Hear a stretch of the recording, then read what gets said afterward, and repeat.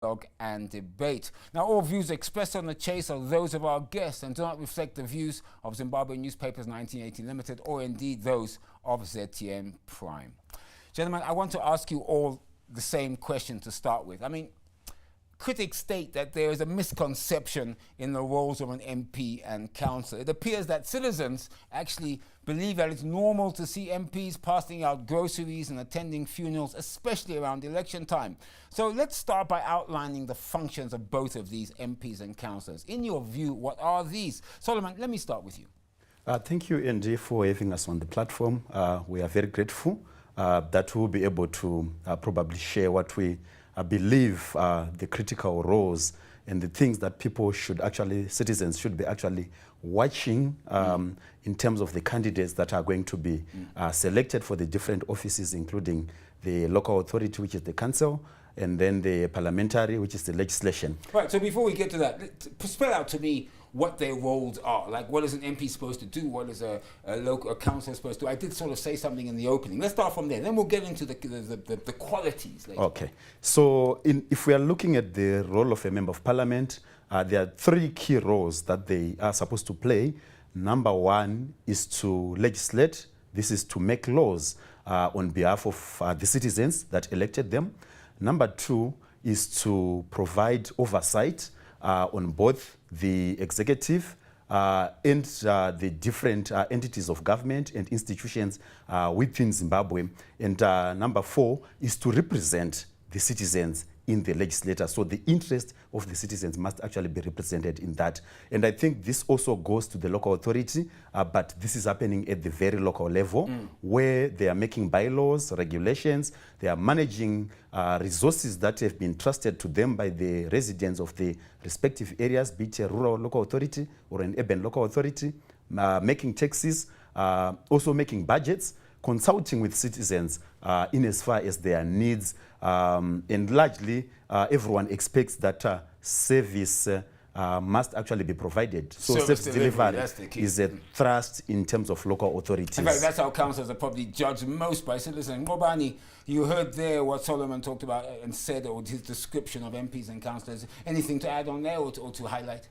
Yeah, thank you, Andy. I think he has covered the broader aspects in terms of what is expected of the people that have been elected. Maybe I would like to add that what is important is that it's the aspect of the people is very important, that any decision that they make should be in the interest of the people that either elected them or did not elect them. So that is very important. And also the aspect of consultativeness is one of the important point. Consulting the electorate. Yes, consulting the electorate and ensuring that you are actually able to balance the needs and the interests of the key stakeholders within your respective community. And also, maybe before that, you actually asked, we have seen members of parliament distributing food and distributing... particularly around the elections. Yeah. Yes, well, this is what the commentators say. Yes, that usually borders around the aspect of vote buying, trying to solicit interest or solicit citizens to vote for you. But it's not really a sustainable approach when you're looking at appropriate development and interest of the citizens and the country. So we should be thinking broadly in terms of ensuring that we elect people that are actually able to meet the three criteria that my colleague has actually mentioned. I'm now joined telephonically by Cornelia Selipiwe. He's Grow Residents and Ratepayers Association Executive Director. Cornelia, welcome to The Chase. Thank you. Cornelia, I want to ask you a similar question because, of course, you know, you are there, you represent Gweru Residents and Ratepayers Association, you interact with members of parliament in your area, you also obviously interact with councillors, which are very critical in Gweru. So what you heard my two guests here in the studio, what in your view are their functions of the MP and councillors, and how are they different? Because it appears that citizens who vote for them have some form of misconception. My first position would be looking at the panel. I'm so lucky that I'm part of the panel, but one thing that is is that there is no female representation. You know, we are gender champions in whatever we do. So we always try to make sure that there's gender balance and gender parity in whatever we do. But having said that, I think my next colleagues in the studio will just spot on. But I'll just zero in on the one important aspect of the one important role that I think we need to concentrate on as the residents. I'm skeptical in terms of trying to use the word citizen, considering the political environment. But tell you what, the most important role for the councillor and the MP is the representative role. That's what I value, and that's what I'm looking. That I will be looking for in an MP or a councillor. Cornelia, there is a question I'd like to ask you, because according to political commentators, it seems that citizens don't seem to expect their MPs and councillors to solve or deal with their issues. I don't know what you call it, whether you call it fatigue. But I mean, would you agree with that viewpoint or not? I mean, what do you think from a resident's perspective? Do you expect them to solve your problems? Not necessarily. Not necessarily. Some of them we don't even expect them to solve our problems because they don't even know our problems. They don't relate to our problems. Because you need to understand that in certain instances, we vote for foreigners, people who don't even reside in our own constituency. But what we expect from an MP or a councillor is to have an engagement in terms of the challenges that we have. Sometimes certain challenges might not be overcome, but we might find mitigated measures, but we might lessen the challenges that we have. So it's not about having an MP who's going to solve our problems, but it's about having an MP who understands our concerns. It's about having an MP who's able to engage and converse in terms of the challenges that we have as a constituency. But Cornelia, you said something interesting there. You said that most of the time that you may vote for foreigners. Well, I suppose the question I could ask you is why? Why would you vote for someone that isn't part of your community? Why would you allow yourself to do that if they don't represent your views or can actually know your views or solve your problems? I think as a country, we are still far away from meritocracy, where we are going to vote for an MP because he has the qualities, because he has the attributes that we want. We are voting for political party A, for political party B. Whatever is presented to us by these political parties, we then vote on the basis that he or she has a political party that I resonate with. Right. Okay, let me come back to you in the studio, because again, I'd like to both you ask this question, because it is important to get your perspective. Solomon, I'll start with you. What, in your view, or even the views of ERC, for example, what exactly makes an ideal candidate to be a member of parliament and councillor? What are you looking for? Oh, okay, thank you for that question. And I think I wanted to add to what my colleague Cornelia was saying around the people that we then elect. I think you did indicate that does an MP needs to give you some goodies, some food, and I think that then points to this need, where people have need for food and they see a foreigner bringing food, they are likely also to vote. So it then depends as well with the context. If people are hungry and there's food, this swearing in of the vote is also so part of sort of vote by economic exactly means, so that people can be. But coming back to your question, we did put them as key considerations for people to then make appropriate decisions. Number one is the issue of the competence.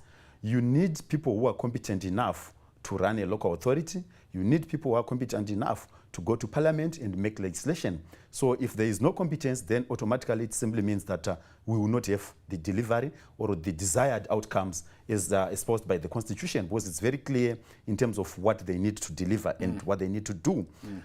Then we also require, there are people these people that we're electing are going to deal with national resources. We are putting local resources, we are putting national resources in their custody. We need people who are open-minded, people who are honest with our resources, and people transparent, and people who are accountable to us. So they need to be accountable to us. And if you go into the Constitution section, chapter 9, it speaks about public administration, and it puts these things very clearly in terms of public administration. And then they also need to be very considerate. They need to apply their mind when they are making decisions about the state of the roads, electricity, water, sewer, everything that affects us. They need to be very considerate. If we go by this, are we not going to expose people to cholera? So if people are not applying their mind, they allocate resources to things that are not necessary.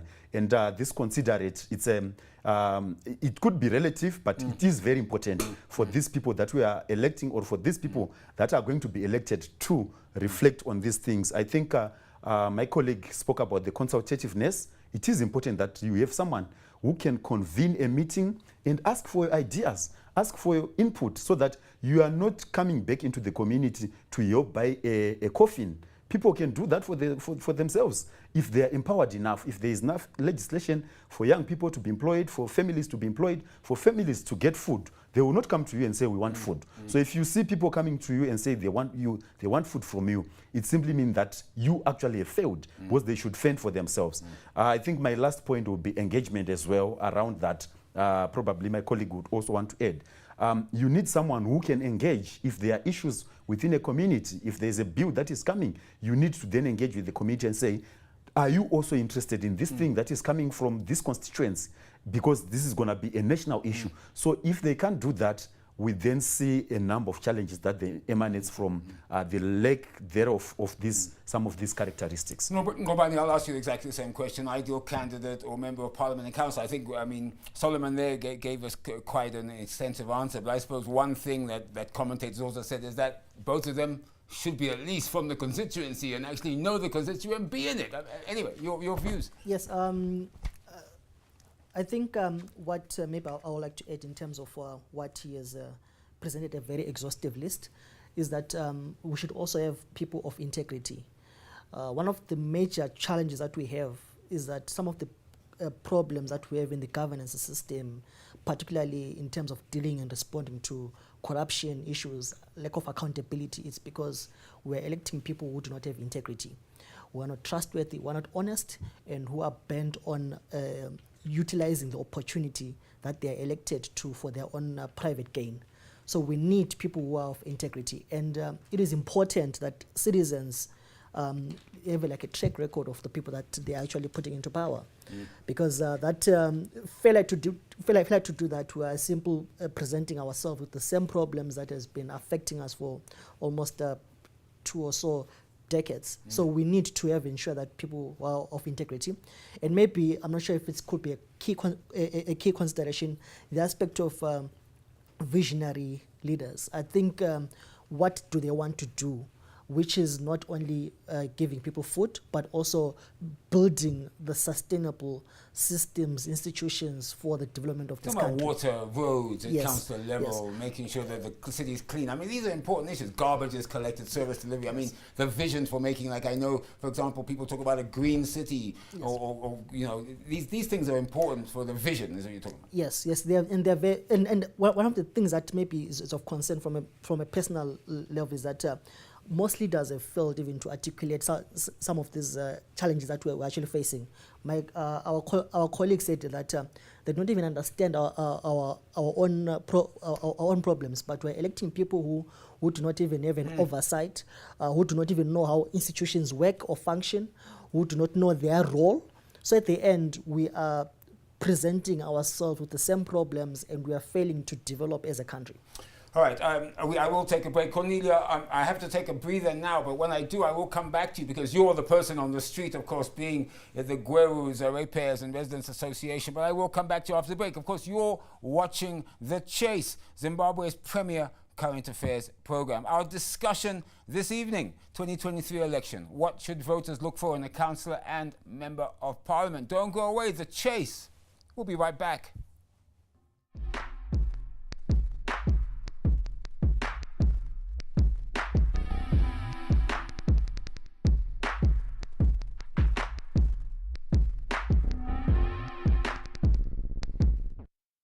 Introducing Nestlé Cerelac. New look with a goodness of grains, iron and nutrients.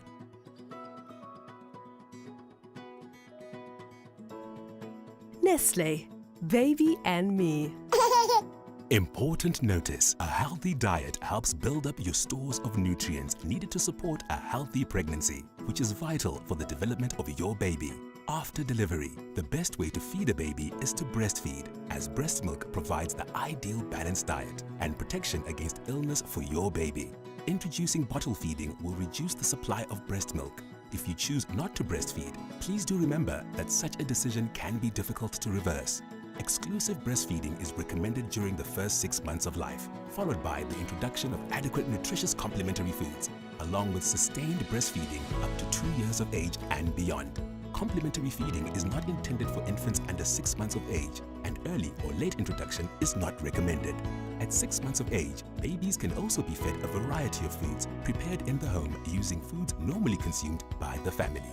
Follow the preparation and feeding instructions indicated on the product packaging. Ensure that you wash your hands thoroughly and that all feeding utensils are cleaned and sterilized before preparing baby's food.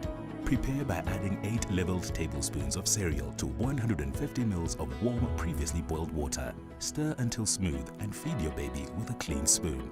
Improper preparation of this product can make your child ill. The use of this product has social and financial implications which must be considered. We recommend that you speak to a health worker from a healthcare facility when deciding on complementary feeding.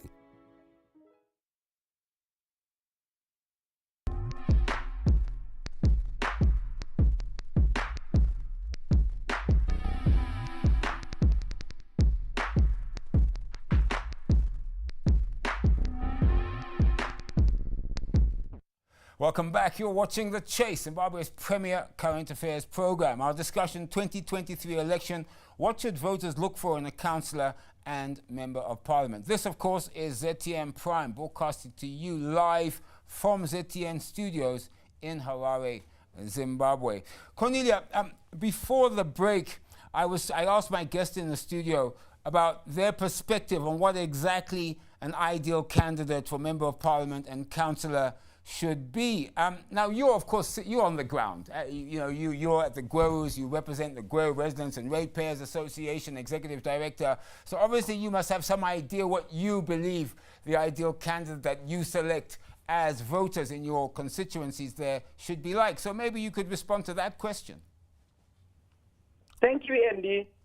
I strongly believe that what we need, I always repeat the issue to do with engagement, the issue to do with the representative role that the councillors and the MPs do have in terms of their mandate. I'll tell you, Andy, if you have realized or if you have noticed, we have a lot of resident associations that are coming up in different parts of the country. The reason why we are having these residents associations, and it is because we have deployees that have negated their role of representing residents. And at the end of the day, nature doesn't allow vacuum. So as a residents association, we have stepped in to then say, here we are representing the people. So what has been the greatest challenge is that we have voted in deployees who can't consult, deployees who also don't have knowledge in terms of their mandate. For example, one of the things that the parliament has to do, or the MPs has to do, is to make sure that they protect the constitution of the country and make sure that democratic governance processes are enhanced or they are adhered to. But you remember, there are some MPs who are getting into parliament having flouted their own internal democratic processes. Now, this is the same person that we are giving the mandate to protect our constitution, yet is a product of constitutional gerrymandering. It becomes a problem. So what we need or what we think is an ideal councillor is a councillor who resonates with the challenges that we have as residents. An MP would be able to play his role they have an oversight role. How can you have an oversight role when you don't understand what you're supposed to do? Well, let me, Cornelia, I want to jump in there because this was actually my next question, because there has been a debate within Zimbabwe that both MPs and councillors should have minimum educational qualifications, because there's no doubt that some of the issues raised, whether it be at council level or in parliament level, do become quite complex. I mean, for example, in my area of field, I would look at the budget discussion. You look at new bills that are coming up that deal with mining rights and so forth. You may even talk about corruption cases. I've got TIZ here in the studio. I mean, what do you believe? Your view on this? Do you believe that MPs and councillors should have some form of minimum educational qualifications or not? Definitely, and I believe councillors and MPs should have minimum qualifications so that they will be able to execute their duties. And I'll just give an example of what is happening. I'm one of the administrators in a group, a football chat group. So you know what? We are Manchester United supporters. It's okay, I won't hold that against you. Don't worry about that, Andy. So what we do normally, what you are doing, if you send your number to say, I want to be part of your group, there were a few questions that would ask you relating to Manchester United, so that will gauge your knowledge in terms of the team. So that will aid you because you are part of us. Imagine you are an MP. You are clueless in terms of the oversight role that you are supposed to play. You are a councillor. You are clueless in terms of coming up with a bylaw. Where are we going? I think minimum qualifications are very key and necessary. Thank you. Ngobani, it's interesting about this minimum qualifications because I personally know many people that may not have O levels or A levels, but are very successful business people, are very intelligent, they know the issues, they can articulate the issues very well. So in a way, can not this minimum qualification call actually maybe crowd them out? And now it's like, oh, if you have the paper, you should be an MP, but if you don't have the paper from school to university, you shouldn't. I mean, it's a difficult balancing act. Your views? Yeah, you're right. It's a very tricky situation that maybe requires for us to really reflect and weigh the pros and the cons. But I think most of the people that have been saying that let's review the minimum qualification, it's because they are concerned by the level of interactions in Parliament, in local authorities. Intelligent interactions is the word as well. So because we are citizens are picking up someone who can speak in a funeral, for example, in a funeral wake, then they actually put them as their leader to represent them. Yes, CSOs and they've been efforts to try and build their capacity and so forth, but is that enough within the next to build the capacity of someone for 5 years? So the challenge that we have been having is because of lack of competence, we are having free riders in Parliament, we're having free riders in local authorities, people who will endorse some of the ludicrous deals, corruption deals, without even looking or blinking, just signing off some of the deals. Recommendations have been put, for example, by government institutions, the AG's report, recommendations even by other institutions, CSOs, asking for the parliamentarians to act.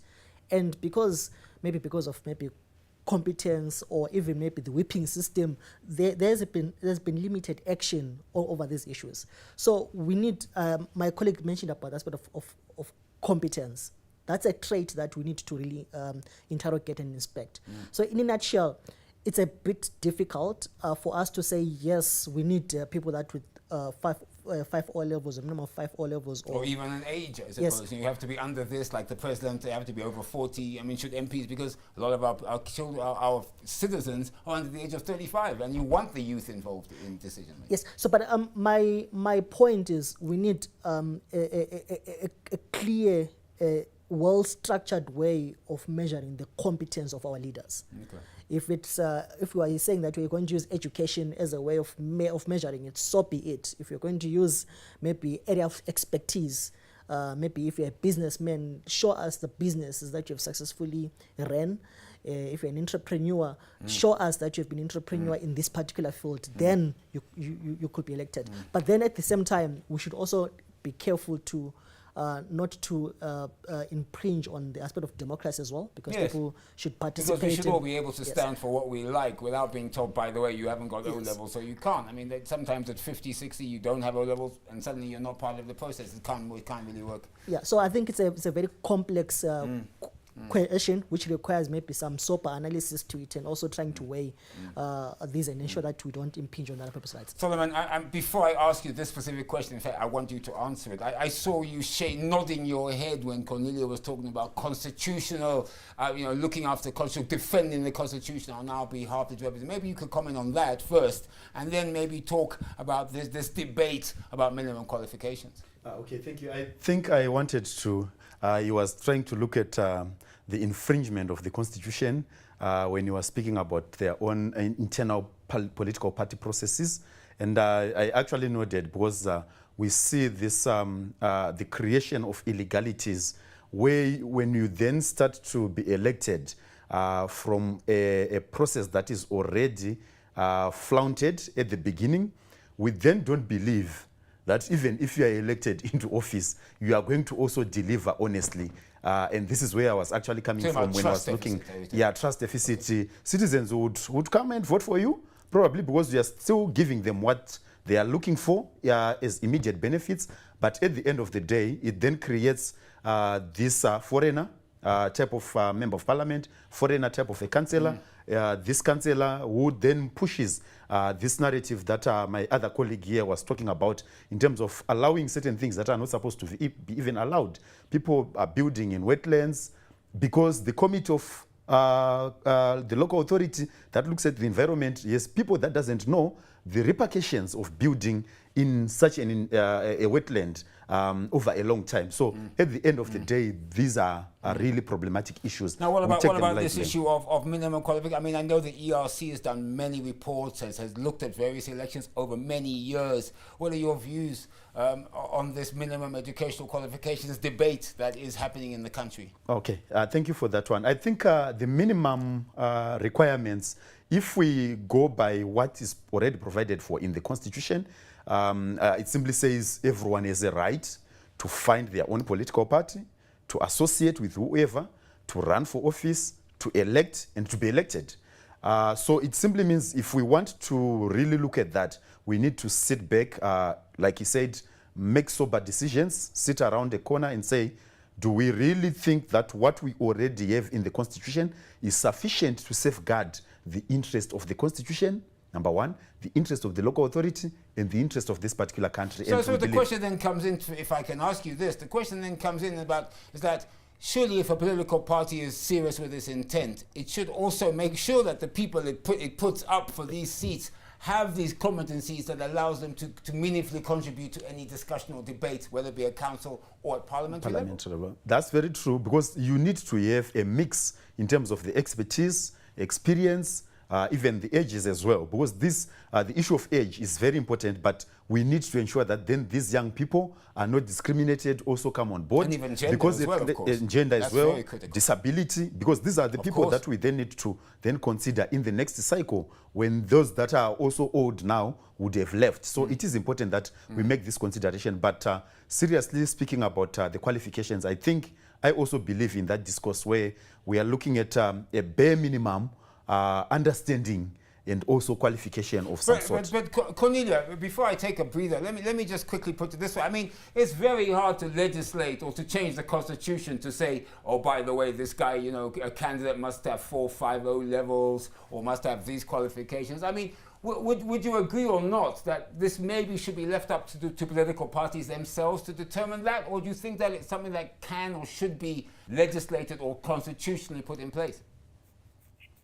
For starting, when talking about some qualifications, I was not just referring to any specific qualifications, but I was actually then say we need at least something that we look at to say this person would be competent enough to be councillor. Okay. This person would be competent enough to be our MP.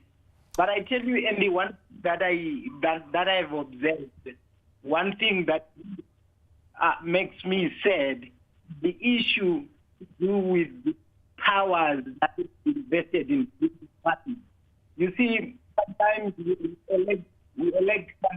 elect MPs, but tell you what, we don't have even power over these people that would have elected. Give an example in terms of the results that we have during the president era. You also recalled some MPs, and Morgan Changira is late as well.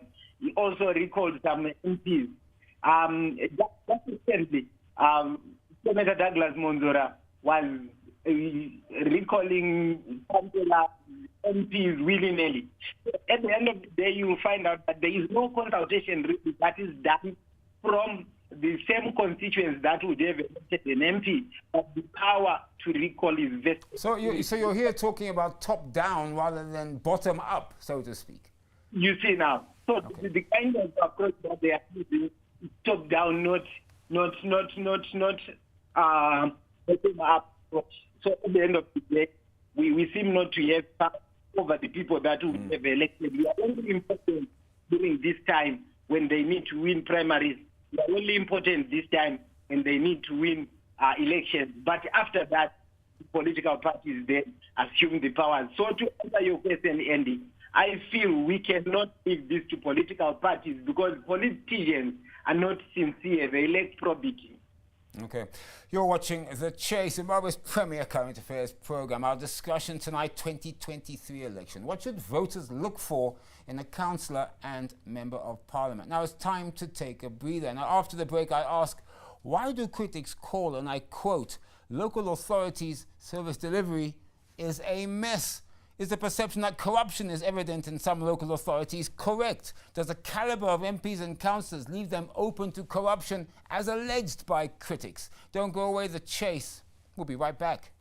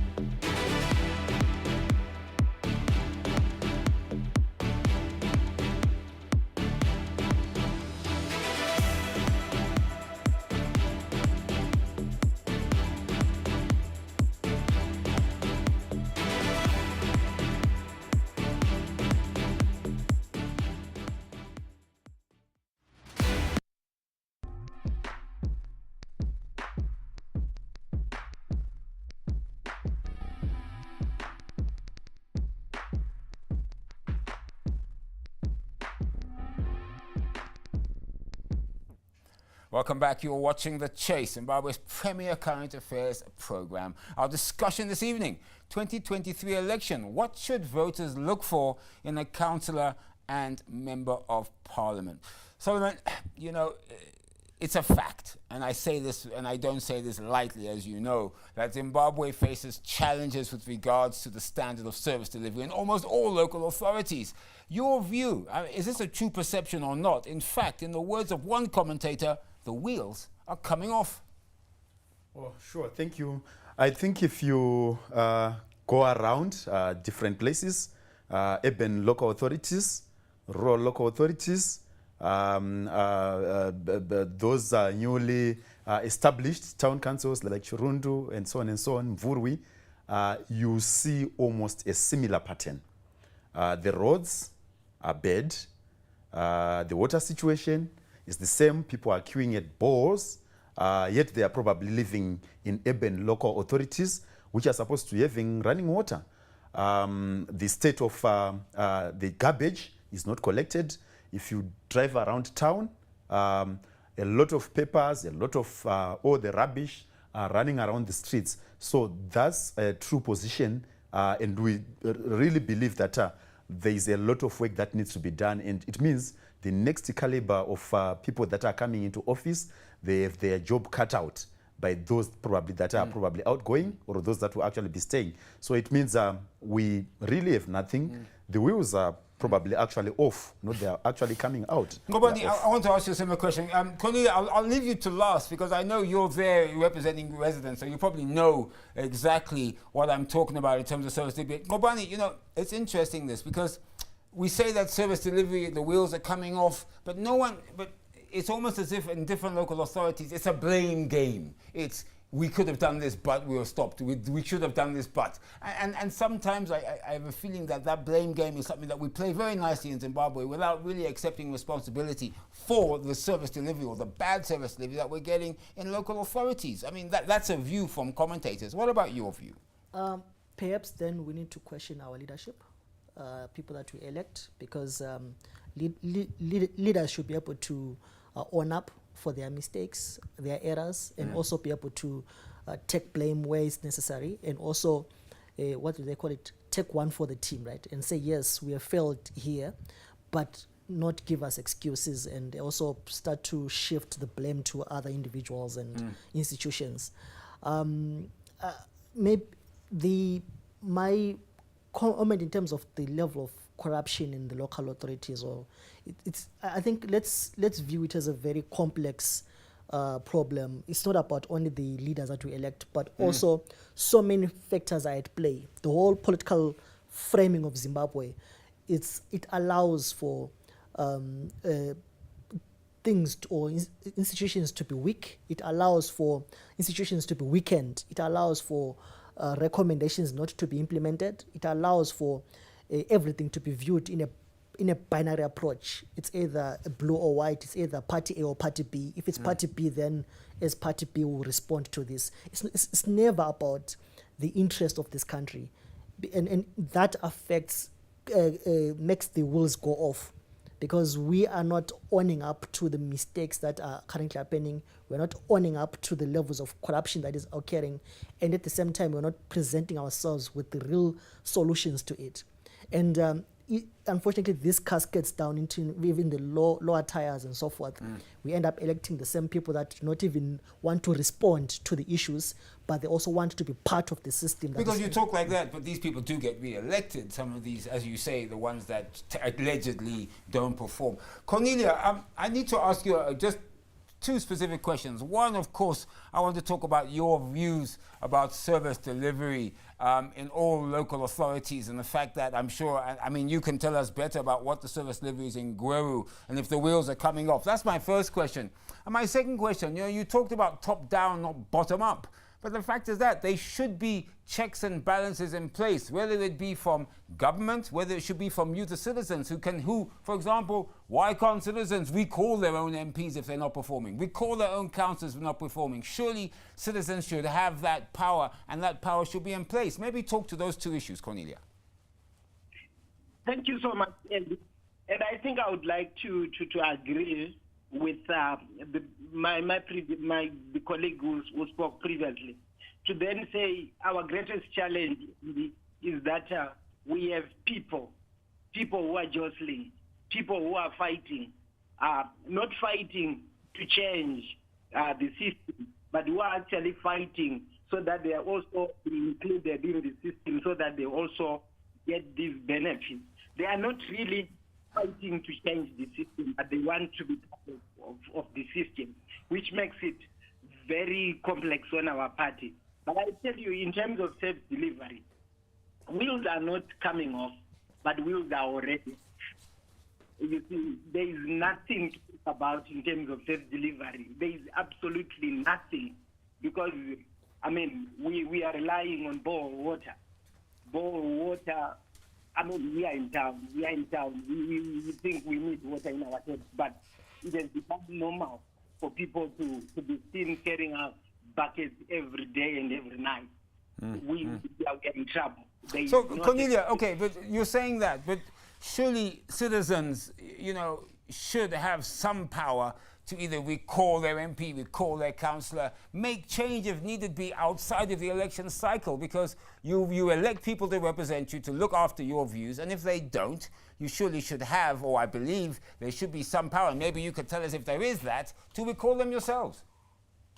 Definitely, we should have power. As long as the power is with the political party, these employees are not accountable to us. They will never be accountable to us. They only want to account to the appointing authority. They want to account to their political parties. At the end of the day, we are left on our own. Yes, the proliferation of residents associations in the country. Right, now we have managed to, we do welcome finally the Zimbabwe Council of Churches representatives. Thank you for making it. I know you're busy and it was hard for you to get it, but thank you for appearing on The Chase. It's most appreciated.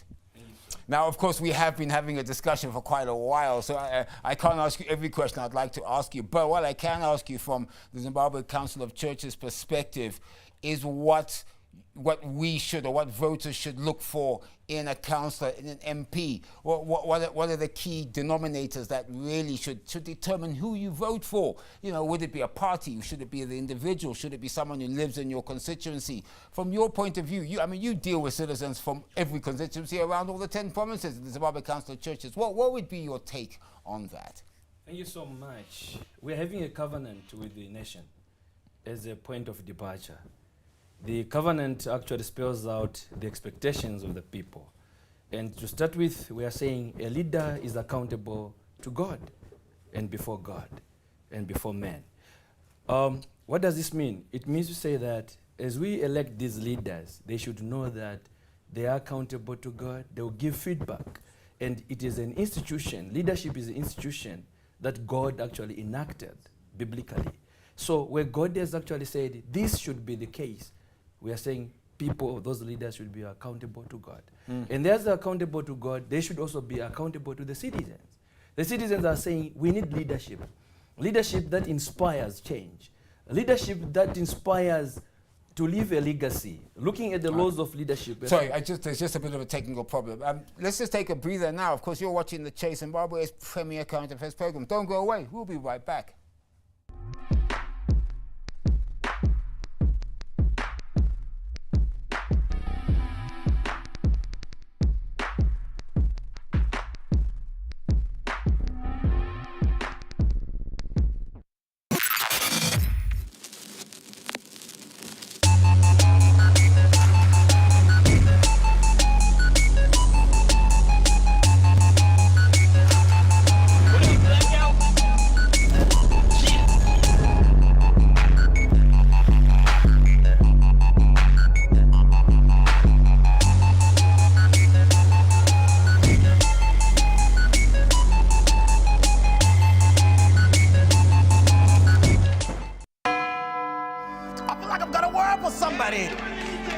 Life, just as we all know it, is full of emotions.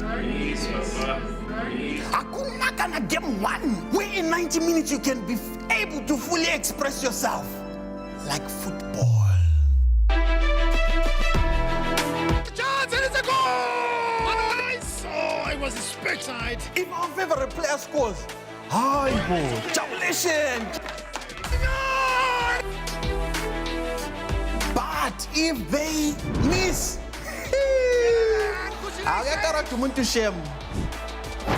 if the referee makes a very bad decision, we are so disheartened. If our team loses, I could go on and on and on and on. But simply put, football is 90 minutes of pure emotion. Let your emotions run wild with the Councillor Premier Soccer League. Bora Redu, live on ZTN Prime.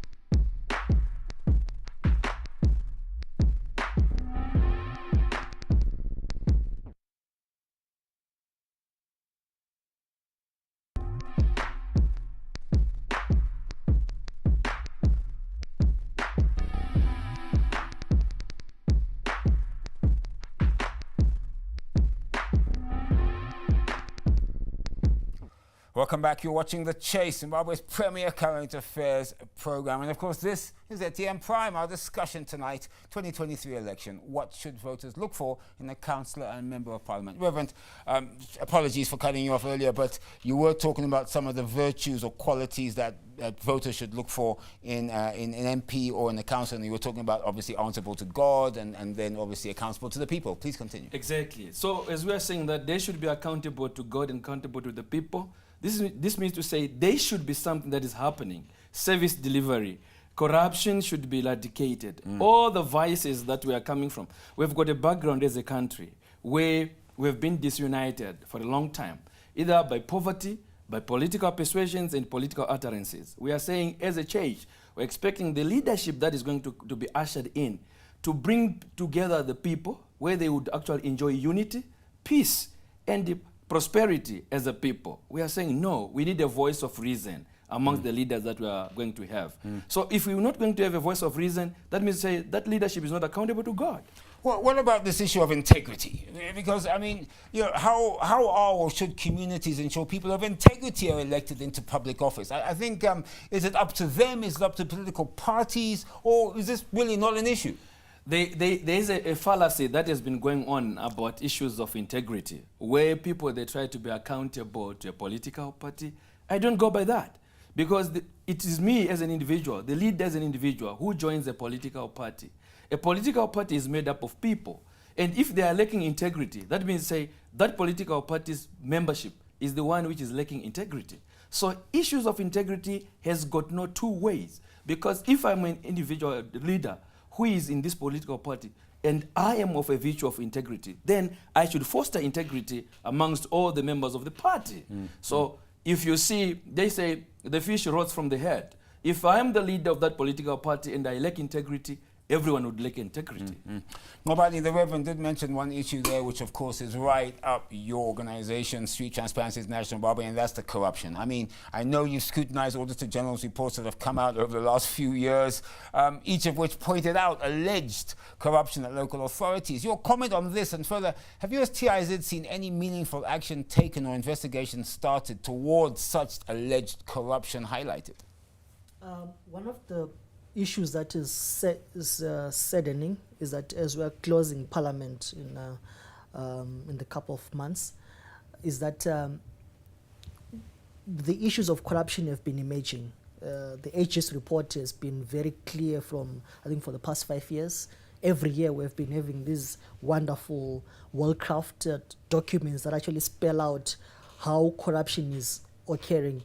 It could be maybe mismanagement of funds, where mismanagement of funds, resources are clearly evident, both at a local level, middle tier and top level. But what is of concern is that despite all these recommendations, all these suggestions, the people that we're electing, we're expecting them to take that and respond, put institutions into question, ask the right questions, and they have not been asking the right questions. They've been using those as a rhetoric to either fight one another, but not asking the right questions to those institutions. And secondly, they've not been using the evidence already existing to try and how best can we strengthen particular institutions to effectively manage the resources. So at the end, we seem to be running a very huge race, but sticking into the same point. We are not moving forward partly because of the people that we elect, and partly because of the political framing of this country, which is not competent driven, but it's also bent on maybe putting others at an advantage rather than the others. Cornelia, I want to talk to you about corruption, because I know for a fact, or media has reported some of the corruption cases that existed in Gweru, which is exactly where you're from. You know, people being arrested, people being called to account because of corruption. Maybe you could comment on this issue of corruption in local authorities, and now it appears to, based on the Auditor General's report, appears to become, if I can use the word, endemic. What would you say? I think one thing that is obtaining on the ground is that local authorities have been turned into a field where everyone who lets something should go and actually they are just screaming for resources that are within authorities. So it is unfortunate that sometimes when we elect councillors who are supposed to be watching over our resources, councillors who are supposed to be protecting our resources on our behalf, are the same councillors who are allegedly looting everything that's supposed to be kept for our future generation. The issue to do with corruption is very serious. If you recall, in Gweru, we had Matau, Town Clerk Matau, who was also, I would say, excused from his duties as a town clerk. We also had Elizabeth Kwadpeza, who was also excused from duties as a town clerk. Recently, we also have Advocate who was also excused from his duties as a town clerk. All these issues are happening around the issue to do with corruption. This then makes life very difficult for us as residents, because when we elect a councillor, we are expecting that particular councillor to then be accountable and make sure that they protect our resources. But unfortunately, these are the same people that are allegedly looting and taking everything that is supposed to be kept for the future generation. It's a sad situation. Solomon, is the ERC concerned about corruption that has been articulated by Ngobani and, of course, there from the Gweru Residents Association? I mean, let's talk about that, and also very briefly as well about the integrity issue, from looking at it from your organization's perspective.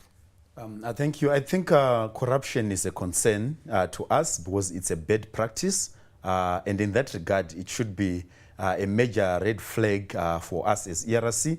I think previously we used to run a program that we called Communities in Action, where communities would gather around and speak to their councillors in terms of their needs.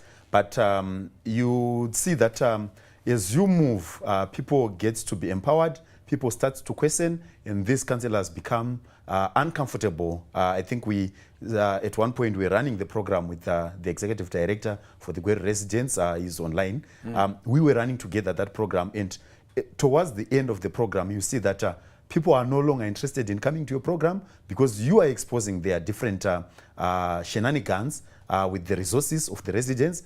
And also, importantly, it's not only the councillors as well. There are bureaucrats within council that are running and fronting all these things. They bring the minutes, they bring everything, and they move papers on behalf of the councillors and on behalf of themselves and other rackets that they will actually be working with. So it is a real concern to us because it then breeds a culture where elections will no longer make sense. Because people will then ask, why do we keep on having these elections when people are accumulating money and then they bring this money to the elections and then they get elected again to come and steal from us? So elections will no longer make sense. So that's the question of integrity. Thank you, Solomon. Now, we only have a few minutes left, so I'm going to give you each just one opportunity to answer a final question. And it's sort of, in a way, a tangent away from our topic today, but it is very critical that civil society organizations, every election pretty much that we've had. So I'll just give you a few seconds to talk and to give us your views on electoral violence, particularly from the church's perspective. I mean,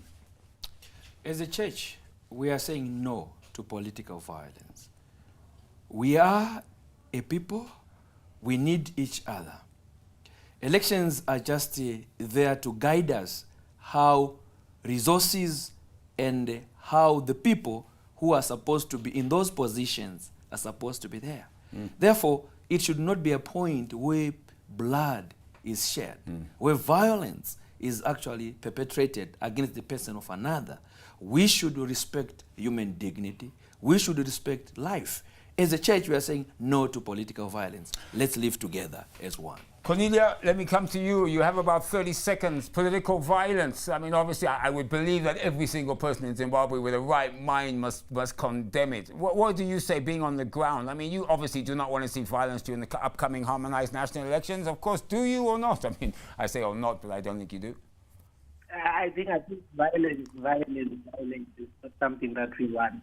But at the end of the day, what we want is the loser and the one that would have prevailed during elections. They should be able to work together in terms of making sure that the developmental program in our city should go forward. I don't see the reason why we should each other. Thank you. Ngobani, they say that political violence rears its head because it's about power. What are your views, of course, on political violence and, in fact, calling for it to be eliminated from our political landscape? Yeah, true. The aspect of political violence affects even the participation of citizens, particularly of concern is the marginalized groups, women, youths, and people with disabilities, and also other groups, because whenever there is violence, their participation is limited. They do not want to actively participate, and equally they will not, even if those that have been elected through violence will not be held accountable. And our resources will be spent recklessly, and there'll be more cases of corruption potentially. Solomon, I'll give you the final word. Political violence, I mean, we've seen it. You ERC have been around the entire country. You've reported on some of this. I mean, this is just something that I can categorically say Zimbabwe does not want and does not need. We want a pure democracy where you vote, you win, you lose, that's it. If you want to challenge, you have the means to challenge, but at the end of the day, we're free and we're happy. All of us are able to vote. Well, thank you. I think elections are about the free will of the people expressed. So there must be no coercion or any tactic that tends to arm twist someone to vote for a particular candidate. So the principles of the Constitution is very clear. Peaceful, free from violence, and any malpractice. So I think this is the constitutional provision that we need to practice for our elections to be called a free election, because if there is violence, then the election loses the meaning of the title, a free election. The fairness would be something else, but at that point, the freeness of the election is determined by the environment. Like, you know, I have said that all political parties have sat here on the chase and said exactly that, no political violence. I think now we want to put the words into practice. We have come to the end of the chase this evening, our discussion, 2023 election. What should voters look for in a councillor and member of parliament? I'd like to thank my guests, Ngobani Sabangu, Transparency International Zimbabwe, Solomon Bobo Sibunyu, Election Resource Centre Program Manager, and of course, the Reverend from Zimbabwe Council of Churches. Thank you for being able to make it. Cornelia Selepiwe, Grow Residents and Ratepayers Association Executive Director. Thank you all for appearing on The Chase this evening. Thank you. Well, I'm Andy Hodges. Goodbye, good night. Have a great Easter, and you all be safe.